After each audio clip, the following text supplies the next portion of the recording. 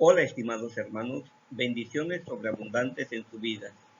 Hoy veremos esta hermosa enseñanza de la palabra de Dios, la cual se titula Reedificando los muros de mi vida. Hoy hablaremos sobre el libro de Nehemías, el cual nos muestra en primer lugar que el nombre de este varón significa Dios, Jehová nos ha consolado. Pongámonos alegres, ya que desde este momento Dios te da una promesa. Dice, te he consolado. No dice que apenas nos va a consolar, sino que desde el momento en que disponemos nuestro corazón para buscar a Dios, Él ya nos ha dado la respuesta.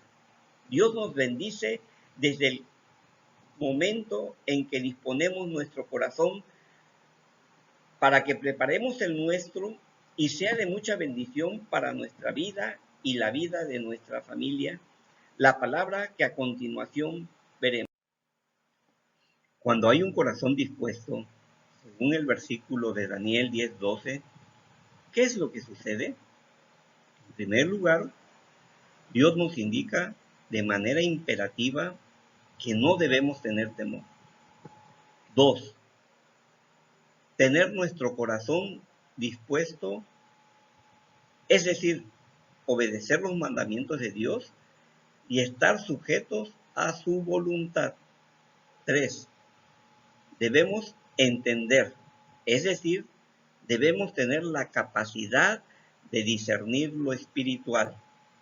4. Debemos humillarnos delante de Dios. 5. A partir de este punto, vemos cómo actúa Dios. Dice que Dios oye tus palabras. 6. Dios envía la ayuda o la respuesta a tu petición de la forma más adecuada para que tú la puedas entender y recibir. Observemos en este texto bíblico que el mes de Quisleu tipifica lo pleno, gordo, abundante. Al ser un mes prodigioso en lluvias, garantiza la prosperidad futura de las siembras. Dios sabe el momento oportuno de la siembra, ¿o no? ¿Usted qué piensa? En el versículo 2, Nehemías recibe la noticia que su pueblo natal está en gran mal y afrenta, y el muro de Jerusalén derribado, y sus puertas quemadas a fuego. El versículo 3, vemos un cuadro desgarrador, desolador, sin esperanza y casi imposible de reconstruir, como el cuadro que probablemente estemos viviendo el día de hoy. ¿Qué debemos hacer? Aprendamos de la enseñanza que nos da la palabra de Dios a través de este varón Nehemías. En el versículo 4 dice que cuando Nehemías oyó la palabra, lo primero que hizo, se sentó. El sentarse en el lenguaje de la palabra de Dios tiene como significado interpretativo ser juicioso, estarse quieto, estar sin interrupciones. Puede decirse que se concentró o enfocó en el problema. El lloro se interpreta como una manifestación de dolor muy profunda. También dice que hizo duelo por algunos días. Se interpreta como un acto que manifiesta profunda tristeza y lamento, regularmente por la pérdida de un familiar o amigo. En este caso, una trágica noticia. Hacían evidencia pública de su dolor y lo manifestaban a través de vestirse de cilicio, que era una ropa áspera. También descuidaban su aseo personal y llegaban al extremo de raparse la cabeza para expresar su profundo dolor. Dice este versículo que también ayunó. Esto significa que se abstienen de comida con el propósito que la carne mengüe y el espíritu crezca y así establecer una comunión íntima con Dios. También dice que oró. La oración es platicar con Dios para manifestarle nuestros problemas, dudas existenciales, traumas o cualquier tipo de situación que nosotros sabemos que no podemos resolver. En este versículo fue lo que el varón de Dios empezó a hacer y a mostrarnos la forma que debemos actuar ante una situación desesperada. Pero en cambio, en nuestros días, ¿qué hacemos cuando se presenta una situación difícil? Uno, le contamos a todo el mundo nuestra pena o dolor sin antes decirle a Dios. Tratamos de resolver el problema en nuestras propias fuerzas y hacemos actos supuestamente espirituales. 3. Oramos superficialmente si es que nos dan ganas de orar. 4. Pedimos señales, pero si no nos gustan o se acomodan a nuestra manera de hacer las cosas, no las hacemos y las desechamos. Pedimos dirección, pero igual, si no nos gusta o se adaptan a nuestro estilo de pensar, no la seguimos. 6. Nos alejamos de la presencia de Dios y poco a poco dejamos de orar y leer la palabra de Dios, si es que lo hacíamos anteriormente. Empezamos a justificar nuestros actos. 8. Empezamos a buscar culpables y señalamos las faltas de los demás. 9. Nos enojamos con todos los hermanos de la congregación, aún con personas inocentes y sin proponérnoslo, las ignoramos y les dejamos de hablar. 10. Andamos en busca de consejos de personas que se ajusten a nuestra manera de pensar. 11. A estas alturas estamos totalmente lejos de Dios. 12. No queremos pedir perdón ni perdonar. 13.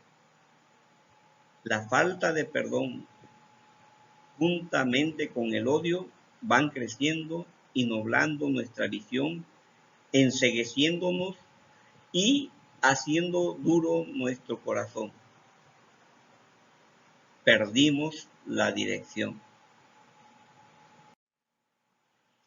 Ahora veamos lo que hizo Nehemías para resolver la difícil situación por la cual atravesaba. Y también debemos entender lo que la palabra de Dios nos indica que debemos hacer. 1. En primer lugar, le rogó a Jehová. 2. Reconoció la grandeza y poderío de Dios, es decir, lo exaltó a lo sumo y se humilló delante de él. 3.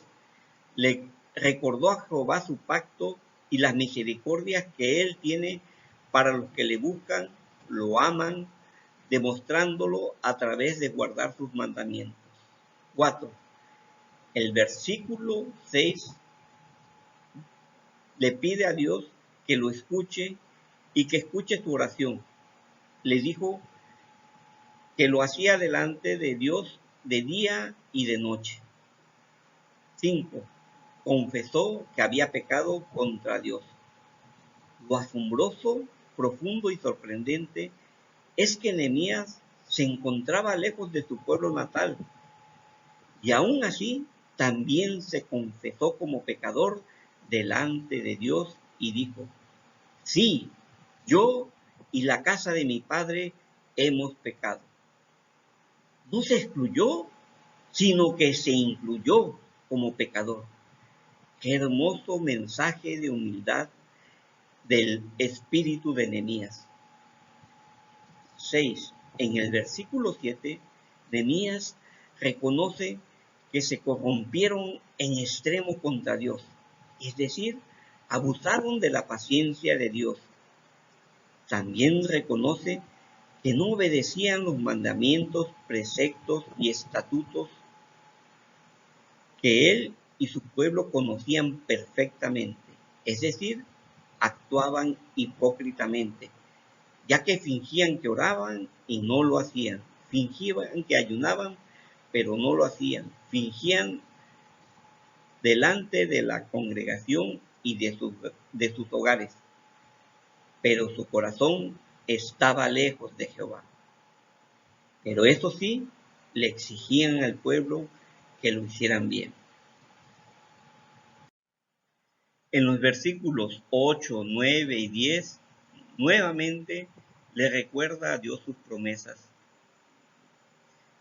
de que si se arrepentían, Dios los traería de vuelta al lugar escogido por Dios mismo para habitar entre ellos, recordándole a Dios que ya fueron redimidos por el gran poder y la mano poderosa de Él. Y por último, piden que la gracia de Dios para poder reverenciar su nombre y que su problema sea resuelto conforme a Dios le plazca. En resumen, dispongamos nuestro corazón sinceramente.